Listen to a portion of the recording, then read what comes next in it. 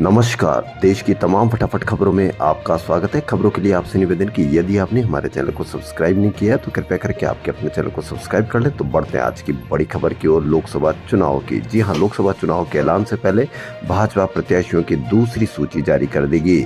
बुधवार को core group की बैठक में 10 राज्यों और केंद्र शासित प्रदेशों के लिए प्रत्याशियों के नाम पर चर्चा हुई।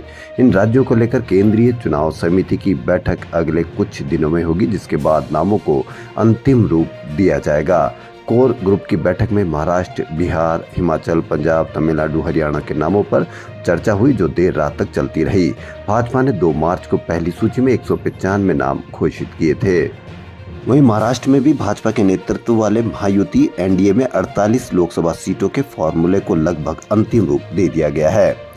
वहीं कांग्रेस में लोकसभा चुनाव के प्रत्याशियों पर चर्चा के लिए गुरुवार शाम 6 बजे कांग्रेस की बैठक होगी। कांग्रेस की केंद्रीय चुनाव समिति की ये पहली बैठक होगी।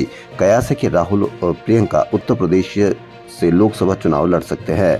इसी बीच घोषणा पत्र का मसौदा भी पार्टी अध्यक्ष खड़गे को सौंपा गया है। ये बहुत बड़ी खबर कि राहुल और प्रियंका गांधी उत्तर प्रदेश से चुनाव लड़ सकते हैं। अगर ये ऐसा होता है तो भाजपा के लिए बहुत ही मुश्किलों का सामना भी करना पड़ सकता है। वहीं कांग्रेस नेता राहुल गांधी की भारत जोड़ो न्याय यात्रा आज बांसवाड़ा जिले में राजस्थान में प्रवेश करेगी। यात्रा सुबह 11:30 बजे एमपी राजस्थान की सीमा दानपुर में पहुंचेगी और वहीं से ही राजस्थान में प्रवेश करेगी। सस्ते सरकारी इंटरनेट के बाद केरल सरकार अब खुद का ओटीटी यानी over the top media service platform गुरुवार को लॉन्च करने जा रही है।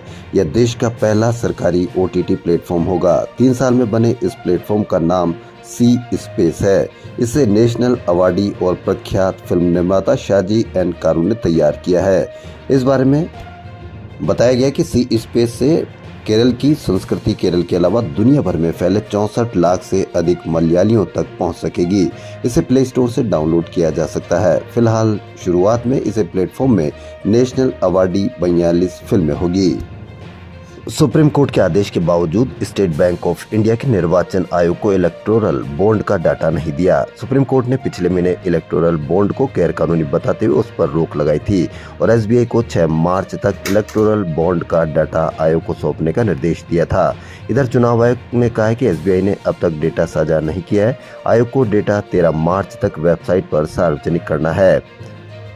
2 दिन पहले ही एसबीआई ने सुप्रीम कोर्ट से डेडलाइन 30 जून तक बढ़ाने का आग्रह किया। हालांकि अभी इस याचिका पर सुनवाई की तारीख तय नहीं हुई है।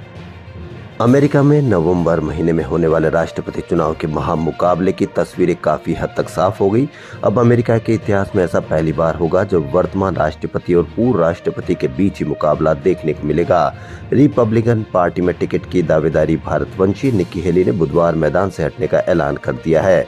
ऐसे में अब रिपब्लिकन पार्टी में सबसे आगे चल रहे पूर्व राष्ट्रपति डोनाल्ड ट्रंप की उम्मीदवारी लगभग तय हो गई है। ट्रंप डेमोक्रेटिक पार्टी के उम्मीदवार और वर्तमान राष्ट्रपति जो बाइडेन को टक्कर देंगे। अब देखना यह है कि किसकी जीत होगी। खबरों में फिलहाल इतना ही। यदि आपको हमारा चैनल पसंद आए तो लाइक, सब्सक्राइब और शेयर अवश्य करें। धन्यवाद।